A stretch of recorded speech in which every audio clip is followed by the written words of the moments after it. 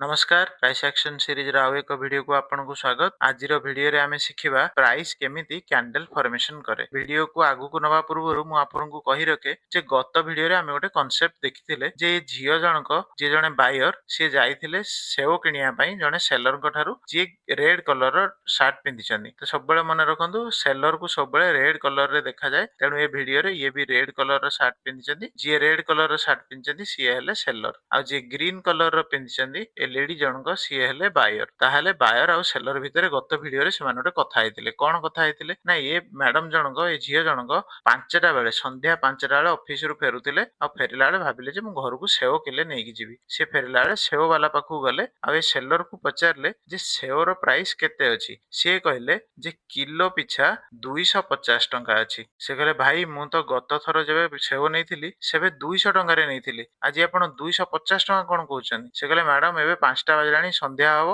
मु तो सकाळे 270 टंका रे बिक्री करथली। तापरे से कहले आउ मु एते पैसा देई परबिनी के कहउछन जे बायर जणे। से कहले हो आ 10 टंका बढ़ी की 210 रे दियंतु। से कहले ना ना 210 मते बहुत लॉस हे जिवो मु तो 240 रे भी देबिनी। तो से तापरे से कहले हो ठीक अछि छाडंतु आ गोटा अधा आधी रेट करंतु 220 रे मते सेव किले दियंतु। ताले 240 भी कटि गला 210 भी कटि गला आ 220 रे से सेलर जण भाबिले ठीक अछि संध्या हला आ ए तो रेगुलर कस्टमर सब बेला आसी कि नियंदी छाडंतु 220 रे देई दवा। ताले आमे ए जो तांको कन्वर्सेशन रु तांको कथावार्ता रु केतेटा प्राइस पाइले 270 250 आ 220 आ 200। जदि ए चारिटा प्राइस को आमे देखिबा यांक भितर सबुठु अधिक किए 270 ताले एटा सबुठु हाई बुझियला आ सबुठु लो किए 200। एतिकी जिंस आपण बुझि पारले। जदि मु याकू कहिबि जे चित्र रे देखांतु आपण केम देखेबे आपण कहबे जे हाई जाइथिला 270 आ लो जाइथिला 200। तापरे एबे तळे आसीथिले से झियो जनक से कोन पचारले भाई सेव किलो केते अछि। से कहथिले जे 250। ता माने जोठी से ओपन कले कोठी ओपन कले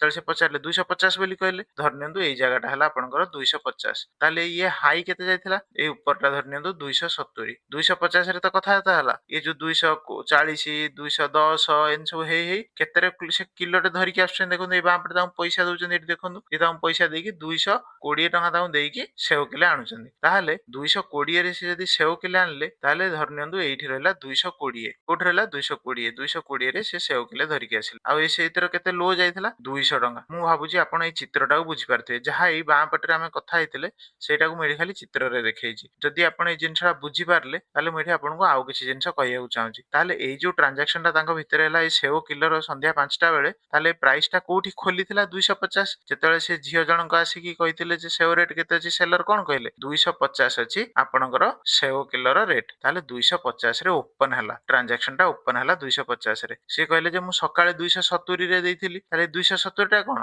हाई जाइथिला सेई दिनर माने सेलर अनुसार 270 जगे से जाइथिला भारी प्राइस। तापरे से झियो जनक से कोन कहिथिले हम 200 रे तो गत थरो नेइथिली ताले एटा कोन हला ना लो थिला आ 220 रे से कोन आज नेई के आसिले तांकर ट्रांजैक्शन कोठी क्लोज हला 220 रे। ताले एटा हेगला तांकर क्लोज बुझि परछनी। एच माने हाई ओ माने ओपन सी माने क्लोज एल माने लो बुझियला। ताहाले एबे आपण देखंतु जे 250 रे प्राइस खोलिथिला जेबे से पचाइथिले सेव किलो केते सेटा धीरे धीरे कमी कि आसी 220 रे क्लोज देला। धरंतु से आपणकर माने कोन हेतिला ना 5टा बेले ए 250 रे से कहिथिले ये धरंतु 5टा 5 रे 220 रे सेव किले धरिकी तांकर घरु गले से 5 मिनिट भितर से तांकर जहा कथारता हेकी पैसा कमेई की 220 रे धरिकी गले। ताहाले एई चित्र को आपण देखले कोन जानचंदी ना एई केस रे ओपन प्राइस टा अधिक अछि काउठु क्लोज टू काहे की ना ओपन केते थिला 250 ताले 250 टा बडो काठू 220 टू बुझियला। ताले एटा जेतु 220 टू बडो हला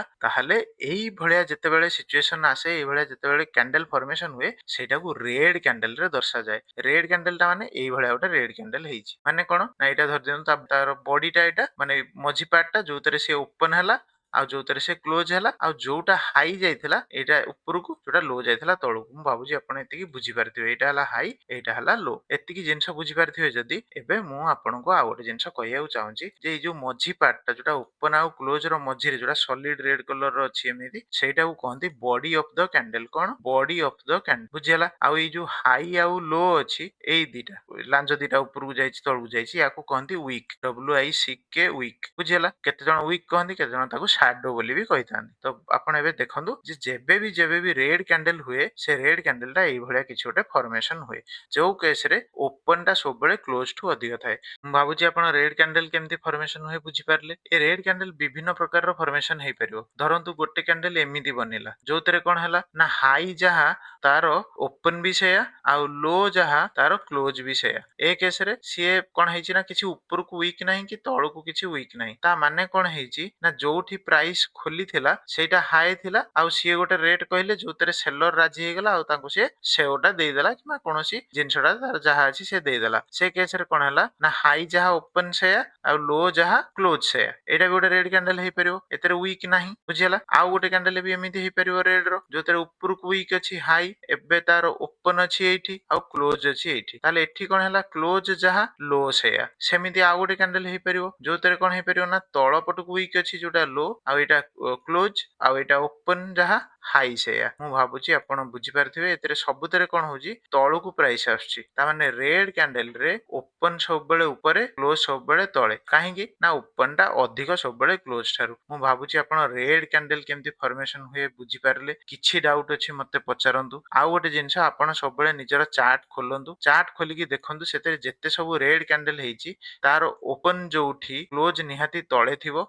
ଆପଣ ଏଇଟା ମାର୍କ କରି ଦେଖନ୍ତୁ ହାଇ ତାର ଉପରେ ଥିବ ଆଉ ଲୋ ତାର ତଳେ ଥିବ। ସବୁ କ୍ୟାଣ୍ଡେଲ ରେ ହାଇ ଉପରେ ଲୋ ତଳେ। କାହିଁକି ନା ଆମେ ଯେବେ ବି ଚାର୍ଟ ରେ ଦେଖନ୍ତି ତାର କଣ ହେଇଥାଏ ଏକ୍ସ ଆକ୍ସିସ ରେ ଥାଏ କଣ ଟାଇମ ବୁଝିଲା ୱାଇ ଆକ୍ସିସ ରେ କଣ ଥାଏ ପ୍ରାଇସ୍ ବୁଝିଲା। ଆମେ ଯେତେବେଳେ ଚାର୍ଟ ରେ ଦେଖନ୍ତି ତାହେଲେ କଣ ହୁଏ ଆମେ ଯେତେବେଳେ ପ୍ରାଇସ୍ କୁ ଲେଖନ୍ତି ଆମେ କେମିତି ଲେଖନ୍ତି ଏଠି 0 ରୁ ଷ୍ଟାର୍ଟ ହୁଏ 10 20 ଏମିତି ଉପରକୁ ଲେଖନ୍ତି ସବୁବେଳେ। ତାହେଲେ କଣ ହୁଏ ନା ପ୍ରାଇସ୍ ସବୁବେଳେ ଉପରକୁ ଗଲେ ବଢେ। ସେମିତି ଏକ୍ସ ରେ ଯେତେବେଳେ ଟାଇମ ଥାଏ ଯେମିତି ମୁଁ ଏଠି ଲେଖି ସନ୍ଧ୍ୟା 5ଟା ଧରନ୍ତୁ ଏଠି 5ଟା ରୁ 5ଟା 5 ଭିତରେ ସେମାନେ କଥା ହେଇଥିଲେ ତ 5ଟାରେ ଯୋଉ କ୍ୟାଣ୍ଡେଲ ଟା ଫର୍ମେସନ ହେଇଥିବ ସେଇଟା ଏଇ ପାଖରେ ଏମିତି ରିପ୍ରେଜେଣ୍ଟ ହେଇଥିବ ଯୋଉ କ୍ୟାଣ୍ଡେଲ ଟା ଆମେ ଆଜି ଦେଖ। ତ ଏଠି କଣ ହେଇଥିବ ଏଇ ଉପରଟା 270 ଏଠି ହେଇଥିବ 250 ଆଉ ଏଇଠି ହେଇଥିବ 220 ଯୋଉଟା କ୍ଲୋଜ ଆଉ ଲୋ ଥିଲା 200। ମୁଁ ଭାବୁଛି ଚାର୍ଟ ରେ ଏଇଭଳିଆ ଆପଣ ଦେଖିବାକୁ ଚେଷ୍ଟା କରନ୍ତୁ। ଆପଣ ଏମିତି ଦେଖିଲା ପରେ ଆପଣଙ୍କୁ ବହୁତ ଜିନିଷ ବୁଝା ପଡିବ। କିଛି ଡାଉଟ୍ ହେଲେ ମୁଁ ଅଛି ମତେ ପଚାରିବେ। ଆଉ ଯଦି ଏ ଭିଡିଓ ଭଲ ଲାଗିଲା ନିହାତି ଆପଣ ସେୟାର କରିବେ ଆଉ ଆପଣ ଚ୍ୟାନେଲ କୁ ସବସ୍କ୍ରାଇବ କରିନିଅନ୍ତୁ। ରହିଲି ଧନ୍ୟବାଦ।